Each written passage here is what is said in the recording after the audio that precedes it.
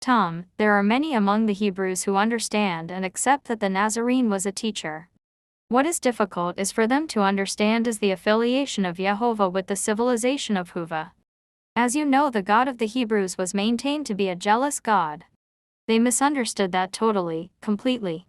And they also do not understand that these beings to whom they have given the term God, not just the Hoovids but gods of all the major religions and their spin-offs, were a physicalness made into gods by humans on earth. That is now at a stage of evolution.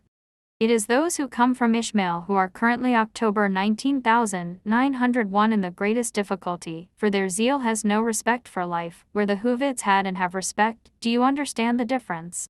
Those from Ishmael do not permit others to fulfill their physical life upon planet Earth for its full evolutionary cycle. Guest, there seems to be a lot of focus on the Jewish people and their position in the world, and I wonder if you could provide a little more information concerning the Islamic people, which might help balance things a bit. Tom, what you are asking we have explained often, and you say that we have approached positively to those of Hoovid and not to those of Ishmael. Guest, not exactly, but it can appear that way, that a lot of attention has been on the Jewish people. Tom, that has been of necessity. We ask you this, are not the Buddha, the Hindu, those of the great white spirit mentioned? May we ask why you must speak in oftness of Ishmael? Guest, for me, it has been mainly a desire to balance things up a little. Tom, how can you balance what is not balanced? You need to hear what we have said. You have not understood the purpose of the nation of Israel. Guest, I was wondering what were the positive contributions of the Arabic peoples to the world as a whole. For example, the Secretary General of the United Nations 1992 is a man from Egypt, a Christian married to a Jew, and this seems to me to be a significant thing. Tom, all Arabic people do not have Islam, there is a difference. Arabic peoples have contributed in greatness to earth in times of past, in literature, colors, science. What has stopped that growth is the conformity of some religious sections in Islam. We do not place all in a pot, as we do not place all of the Hoovids in a pot.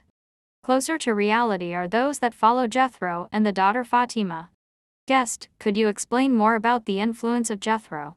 Tom, it is similar to those that call themselves followers of Christ, the followers of Jehovah, which is in truth, a sect. Fatima and Jethro are a sect of Islam, of the one they identify as the Prophet. Guest, what is the positive contribution Arabs can make to the world, and what do they need to learn in order to make this contribution? Tom, if you tell them they need to learn, they will be greatly anguished at you. Guest, yes. However, we all need to learn things. Tom, you know that, many individuals in the mass understand that, but when a mass is totally controlled by religious leaders, it cannot accept learning from others. What is of necessity is the allowance for others to live also? What is necessary also is the allowance of complete education for their mothers, for keeping their mothers in ignorance then breeds ignorance again. We speak now of leaderships of a nation that believe a woman has less value than the corruption. It was once the same in your own states also, but with education and non-ignorance it moved forward, for in controlling women nations stop their own growth. They have convinced those mothers that it is beneficial for them to be less than they are. It is the will of their civilization. John, was that part of the influence of the fallen one? Tom, yes. John, because it kept them in bondage. Tom, kept. That nation was not dispersed. John, do you have anything to say about Jerusalem and its current history of being divided, and then unhappily reunited? Tom, Jerusalem is the primary area of discontent. It must be unified, in truth. For it does not belong to Islam, it does not belong to Christianity, and it does not belong to the nation of Israel. If it belongs to anyone, it belongs to us. We are saddened that it is not unified. But we must say, the nation of Israel has protected it better than all others. We would wish that the peoples in that area begin to understand that they walk upon hallowed earth. And when it is unified, the world is unified. Guest, not long ago I woke up with the idea that Jerusalem needs to become an international city. Tom, that is not only yours. That has been thought of in the minds of many. Know that neither the forces of Ishmael nor those of Israel would agree with this at this time. The Ishmaels believe that by their possessing it, the God of the Jews cannot return. Therefore they then can remove the Jews. The nation of Israel will not agree with it, for when the Ishmaels had possession of it, they permitted all peoples except Jews to enter their own holy sites, and they destroyed the holy sites of the Jews and desecrated their holy places with fecal matter. When the nation of Israel is in charge, all peoples including Arabs may enter. You understand the difference?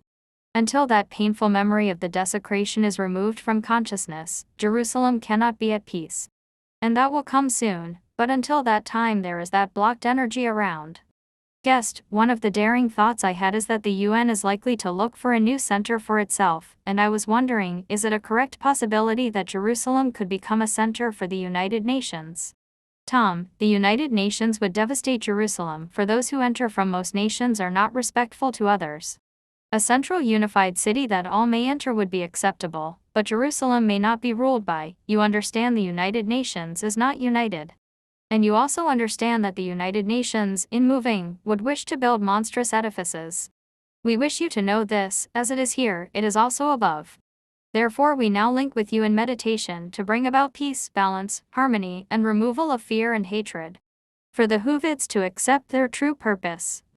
For Hoovids not to have fear of loving again in joy and trust. And to remove the hatred from the Ishmaels. For the Ishmaels to forgive their journey in the desert, to forgive the Hoovids, to forgive Sarah and Abraham. That the Hoovids and Ishmaels may be true brothers.